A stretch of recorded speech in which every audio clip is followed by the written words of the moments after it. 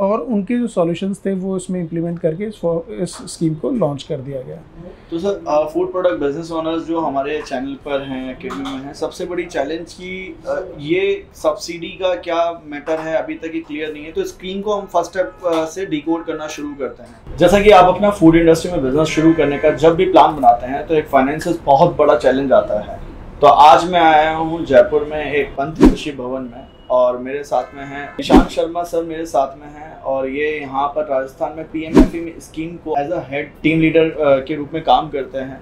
तो मैं इनसे पूरा ओवरऑल समझने वाला हूँ कि किस तरह से आज के समय फूड इंडस्ट्री में गवर्नमेंट की तरफ से ऑलमोस्ट कैसे कैसे बेनिफिट्स आपको मिल सकते हैं। तो सर बहुत बहुत स्वागत है आपका हमारे चैनल पर आने के लिए, और एज अ जो आप अप्रिशिएट कर रहे हैं हमें भी, और आप जिस तरह का काम कर रहे हैं, तो हमारे चैनल के व्यूअर्स ये समझना चाहेंगे कि आखिर ये स्कीम्स कैसे है, किस तरह से इसकी शुरुआत हुई। तो सबसे पहले आप अपना ब्रीफ दीजिए और फिर स्टेप बाय स्टेप मैं आपसे स्कीम्स के बारे में पूछूंगा। जैसा आपने बताया कि पीएमएफएमई जो स्कीम है वो स्कीम हमारी जो माइक्रो फूड एंटरप्राइजेज हैं, या तो वो एग्जिस्टिंग है या नया कोई अपना वेंचर स्टार्ट करना चाहता है, कोई भी किसी भी तरह का नया फूड प्रोसेसिंग का छोटा यूनिट लगाना चाहता है, तो उन लोगों के लिए ये स्कीम सेंट्रल गवर्नमेंट ने स्टार्ट की है।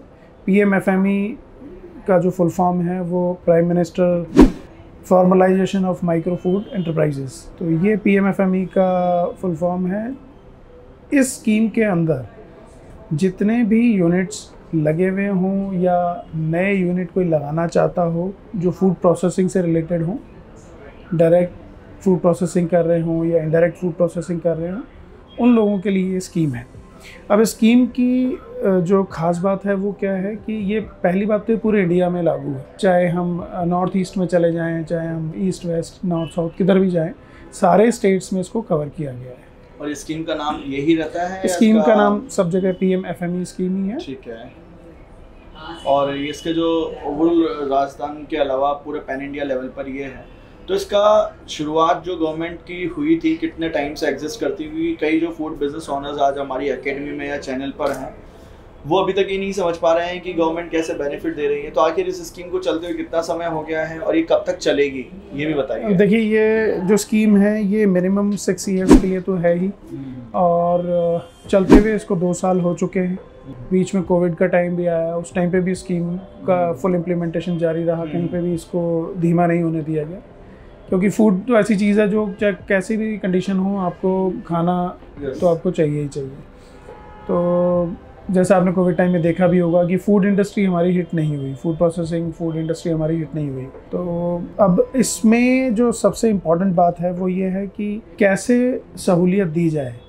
जो छोटे यूनिट लगाने वाले होते हैं या जो इनका छोटा यूनिट चल रहा होता है, उनको क्या प्रॉब्लम्स आती हैं, उनको फाइनेंसेस में क्या प्रॉब्लम्स आती है, उनको यूनिट सेटअप करने में क्या प्रॉब्लम आती है, उनको सब्सिडीज़ चाहिए या उनको थोड़ा बहुत हैंड होल्डिंग सपोर्ट चाहिए तो उनको क्या प्रॉब्लम्स आती है, उन सारी पहले तो उनका एनालिसिस किया गया कि इन सारे यूनिट होल्डर्स को या किसी को यूनिट लगाना है तो उनको क्या प्रॉब्लम आ रहा है। तो उस एनालिसिस के बेसिस पे ये स्कीम को डिज़ाइन किया गया कि इनकी ये प्रॉब्लम है तो हम इस चीज़ को कैसे एड्रेस करें। तो मोर और लेस सारी प्रॉब्लम्स को, अब सब कुछ तो कभी हो नहीं सकता, लेकिन जो मोटी मोटी प्रॉब्लम्स थी उनको इसमें एड्रेस किया गया और उनके जो सॉल्यूशंस थे वो इसमें इम्प्लीमेंट करके इस स्कीम को लॉन्च कर दिया गया। तो sir food product business owners जो हमारे चैनल पर हैं, अकेडमी में हैं, सबसे बड़ी चैलेंज की ये सब्सिडी का क्या मैटर है अभी तक ये क्लियर नहीं है। तो स्कीम को हम फर्स्ट स्टेप से डिकोड करना शुरू करते हैं। तो पहला क्वेश्चन ये है कि जो स्कीम की जो बिजनेस ओनर जो आते हैं इसमें मिनिमम से मिनिमम कितना लोन ले सकते हैं, वो कितने का होता है और उसमें कितना सब्सिडी मिलता है, कोई लिमिट्स में बाउंड है कि आपको 10 लाख का ही लोन मिलेगा, 5 का, तो वो बताएं आप थोड़ा कहाँ से कहाँ तक। देखिए, इसमें मिनिमम कोई भी क्राइटेरिया नहीं है कि मिनिमम आपको इतना लोन लेना ही पड़ेगा। मिनिमम कोई भी इस तरह की कोई बाउंडेशन नहीं है। मैक्सिमम की है, मैक्सिमम भी, लेकिन इसमें आपका यूनिट साइज जो है उसके लिए कोई बाउंडेशन नहीं है। लेकिन एग्जिस्टिंग अगर आपका कोई यूनिट चल रहा है तो उस यूनिट का टर्नओवर जो है वो 5 करोड़ से ऊपर नहीं होना चाहिए, फिर वो माइक्रो में नहीं रह जाता, इसलिए उसको इसमें क्लासीफाई नहीं करते। दूसरी बात ये कि आपको सब्सिडी कितनी मिलेगी, वो आप जितना भी आपका प्लांट एंड मशीनरी का पार्ट होगा उसका 35% कैलकुलेट होगा और वो 10 लाख से ऊपर नहीं मिलेगी। 10 लाख रुपए तक में मेरा जो भी कवर हो जाएगा फॉर इंस्टेंस अगर 35 लाख रुपए मेरा कह सकते हैं कि प्लांट एंड मशीनरी का कॉस्ट आ रहा है, तो 35 लाख रुपए को मैं 35 से मल्टीप्लाई करूँगा तो 10.5 लाख रुपए के आसपास मेरी सब्सिडी बनती है। लेकिन मिलेगी मुझे फिर 10 लाख की, तो 10 लाख की कैपिंग हो गई। सो इसमें ऐसा नहीं है ना कि 10 लाख का है तो इसमें 1 लाख का जो बिजनेस स्टार्ट कर रहे हैं 1 लाख से लेके ओवरऑल उसका प्लांट एंड मशीनरी, मान लीजिए मैं 2 लाख का यूनिट लगा रहा हूँ कोई, उसमें मेरी प्लांट एंड मशीनरी की कॉस्ट 2 लाख रुपए है, तो 2 लाख का मुझे 35% के हिसाब से 70,000 रुपए मिलेगा, 70,000 सब्सिडी मिलेगा। इसमें मॉर्गेज का रहता है या विदाउट मॉर्गेज ये लोन मिलता है? इसमें देखिए 2-3 स्कीम्स हैं जो अपनी ऑलरेडी रनिंग है। CGT SME है, एक मुद्रा है, उसमें 10 लाख रुपए तक का बिना मॉर्गेज के लोन आप अवेल कर सकते हैं। ठीक है। वो बैंक के एक्चुअली मतलब उसको डायरेक्टली हम नहीं कह सकते, लेकिन बैंक के ऊपर वो डिपेंड रहता है। बैंक अगर उसमें देता है तो 10 लाख रुपए तक तो मिल जाता है। उसके ऊपर अगर लोन के लिए हम जाएंगे तो फिर हमें मॉर्गेज के लिए कुछ देना पड़ता है। और इसी स्कीम में? हाँ, इसी स्कीम में विदाउट मॉर्गेज आता है? नहीं, इसी स्कीम में 10 लाख रुपए तक का बिना मॉर्गेज का आपको मिल सकता है। आउट ऑफ द 10 लाख जब जाते हैं उसके ऊपर अगर हम जाएंगे तो फिर हमें मॉर्गेज इशू आएगा। अगर इसमें कोई नया बिजनेस ओनर आता है और एक एग्जिस्टिंग बिजनेस ओनर है, जैसे सपोज मैं नया फूडप्रेन्योर हूँ, मैंने बिजनेस स्टार्ट करना है स्मॉल इंडस्ट्री में मसाले का, तो मेरे पास में ना GST है ना MSME है, स्टार्टिंग से मैं स्क्रैच से शुरू कर बिल्कुल कर सकते हो। तो स्टार्टिंग में इसमें क्या लिमिटेशंस हैं कि मेरे पास में क्या क्या होना चाहिए, क्या क्रेडेंशियल, क्या क्राइटेरिया रहेगा, वो भी थोड़ा सा ब्रीफ करें इस स्कीम के अंदर। इसमें देखिए पहले तो एक 8th क्लास का रखा हुआ था एजुकेशन का, पर वो भी अभी रिसेंट गाइडलाइंस जो मई में चेंज हुई हैं उसके हिसाब से एजुकेशन वाला भी हटा दिया है। लेकिन मिनिमम एज लिमिट 18 ईयर्स है। तो 18 साल से ऊपर का जो भी आदमी है उसको स्टार्ट कर सकता है और स्क्रैच से स्टार्ट कर सकता है, क्योंकि नए एंटरप्रेन्योर को तो वैसे भी कभी उसके पास क्या होगा, एक्सपीरियंस होना चाहिए थोड़ा बहुत, तो ठीक है, अच्छा है। अदरवाइज उसके लिए भी यहाँ पे हम लोग इस स्कीम के थ्रू हैंड होल्डिंग सपोर्ट देते हैं, उनको ट्रेनिंग्स भी देते हैं, उनको बताते भी हैं कि अगर कोई हमारे पास आता है बोलता है कि साहब मुझे अनार के जूस की यूनिट लगानी है, मैं अनार की प्रोसेसिंग करना चाहता हूँ, तो हमारे पास में उनके DPRs हैं जिन पे हम बता सकते हैं कि इस तरह का प्रोजेक्ट में ये मशीनरी चाहिए होती है, ऐसा ऐसा आप काम कर सकते हो, इतना टाइमलाइन है, इतना कॉस्ट लगेगा, ये मशीनरीज आपको यूज़ करनी पड़ेंगी। ये एग्जिस्टिंग वाले के लिए तो बेनिफिट ये है कि शुरू से उसको सपोर्ट मिल जाता है, और नए को भी मिलेगा, एग्जिस्टिंग वाले को तो सब पता ही होता है। हमें ये पूछना है, नया जो बिजनेस के अलावा जो एग्जिस्टिंग बिजनेस ओनर है उसके पास में सब कुछ अवेलेबल है GST फर्म से, तो क्या उसके लिमिट्स बढ़ जाएंगे लोन के लिए, वो अप्लाई कर देगा इसमें? नहीं, इसमें जो एलिजिबिलिटी है या जो बोलना चाहिए बेनिफिट्स हैं, वो बेनिफिट्स तो दोनों के लिए सेम ही है। अगर मैं एग्जिस्टिंग हूँ चाहे मैं नया लगाऊँ, दोनों के लिए सब्सिडी का लिमिट सेम है, सब्सिडी का अमाउंट सेम है, सब कुछ सेम है। नए वाले के लिए जैसे आप कह रहे हैं कि उसके पास में कुछ भी नहीं है, कोई रजिस्ट्रेशन नहीं, कुछ नहीं, तो उसके लिए हम हमारे जो DRPs होते हैं, इसमें डिस्ट्रिक्ट रिसोर्स पर्सन अपॉइंट किए हुए हैं सरकार ने, तो वो DRPs के माध्यम से वो सारी उनको सहूलियत मिलती है। DRPs उनको बताते हैं कि आपको ये रजिस्ट्रेशन करना है, और वो तरीका भी बताते हैं, थोड़ा सपोर्ट भी करते हैं, और बाकी जो आगे का काम है, जो आगे का प्रोसेस है, उसके लिए भी DRPs अपॉइंटेड है, वो सारा काम उनको दे देते हैं। बिल्कुल। तो अभी जैसे सपोज मुझे यूनिट लगाना है, फर्स्ट ऑफ ऑल मेरे पास में 30% का सब्सिडी आ जाएगा, 35% का, तो इसमें कहीं से वर्किंग कैपिटल के लिए भी लोन के आप ले सकते हैं या सीधा मशीन एंड प्लांट सेटअप के लिए आपको लोन मिलेगा इस स्कीम के तहत? नहीं, इसमें प्लांट एंड मशीनरी में ही मिलेगा आपको, लेकिन वर्किंग कैपिटल आपका कंपोनेंट हो सकता है, जनरली होता ही है। तो जो भी आप DPR बनाते हैं उसमें आपका वर्किंग कैपिटल तो एक कंपोनेंट है ही। ठीक है, तो आप अब थोड़ा सा स्कीम में जो भी नॉर्म्स हैं वो थोड़ा सा डिकोड करते हैं फर्स्ट ऑफ ऑल कि PMFME स्कीम्स में ओवरऑल क्या नॉर्म्स हैं, कैसे आप लोन के लिए एलिजिबिलिटी दिला सकते हैं, या कैसे राजस्थान के जो व्यूअर्स भी देख रहे हैं वो भी हमसे कैसे कनेक्ट हो सकते हैं, तो थोड़ा सा ब्रीफ करते जाएं फर्स्ट ऑफ ऑल। देखिए, जैसे मैंने बताया कि अपना ये जो स्कीम है prime minister formalisation of micro food enterprises, तो ये स्पेसिफिकली अपने फूड एंटरप्राइजेस के लिए ही बनाई हुई स्कीम है, पैन इंडिया इसको रन किया हुआ है।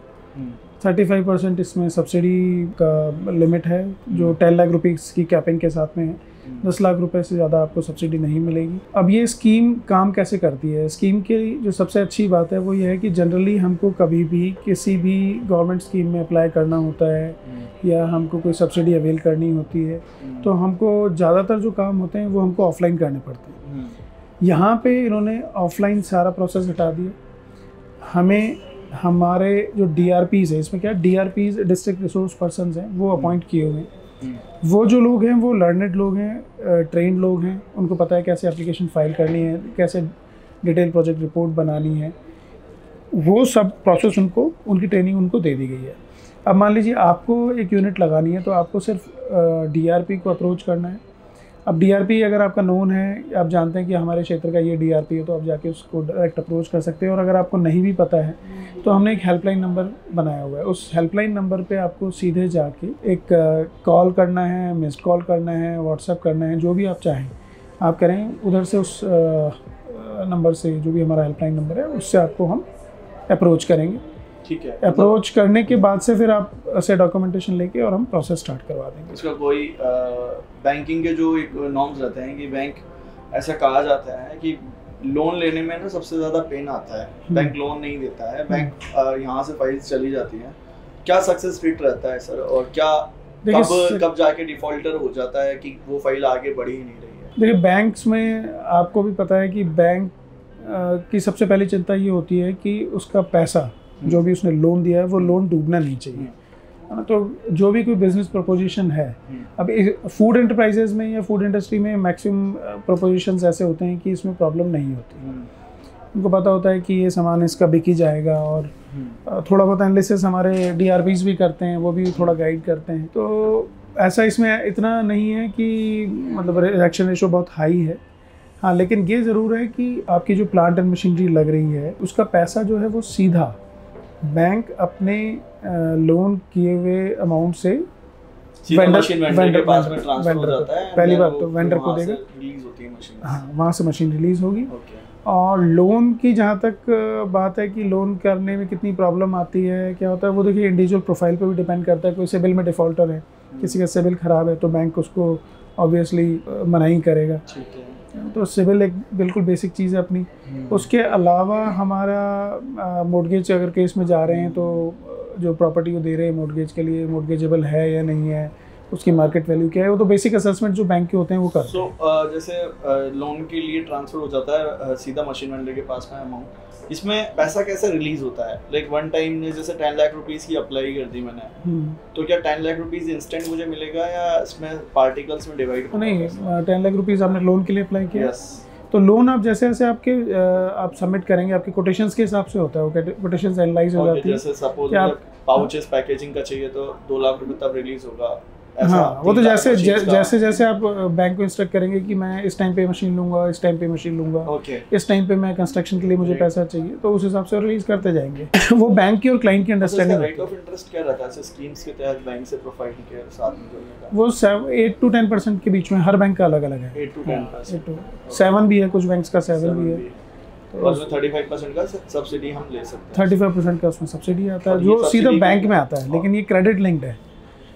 ये जो सब्सिडी होती है, हाँ, मतलब लाइक उसको 7 लाख का ही पैसा चुकाना है, तो 35% है। हाँ, तो फिर उसको अगर देखा जाए तो उसको 35 का हो गया, ऑलमोस्ट 6.5 लाख रुपए उसको चुकाने हैं। मतलब इसमें ऐसा नहीं है कि हम डायरेक्टली सब्सिडी अवेल कर सकते हैं। हाँ, हमको क्रेडिट लिंक सब्सिडी जिसको हम बोलते हैं, तो इसमें क्या होता है कि जहाँ से मैंने क्रेडिट लिया, क्रेडिट मतलब लोन, तो जब मैंने लोन अवेल किया तो उस लोन के अगेंस्ट में ये सब्सिडी सेटल होगी, और वो 3 साल के मिनिमम पीरियड के बाद ही होगी। 3 साल मेरा जो अकाउंट है, मेरा जो लोन अकाउंट है, वो प्रॉपर चलेगा।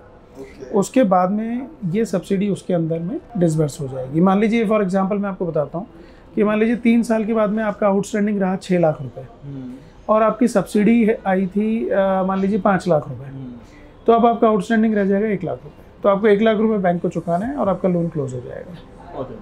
तो लेकिन मुझे 3 साल इस फर्म को क्लीन रखना पड़ेगा फर्म को, ताकि आप ऐसा नहीं है कि प्रोसेसिंग 35% में सेल कर देते, तो इसलिए 3 साल आपको रहना पड़ेगा। प्रोसेसिंग आपको दिखानी होती है, आपको जो भी एविडेंस होता है क्वार्टरली या एनुअली, जो भी आपको रिटर्न्स होती हैं सबमिट करनी होती है बैंक को।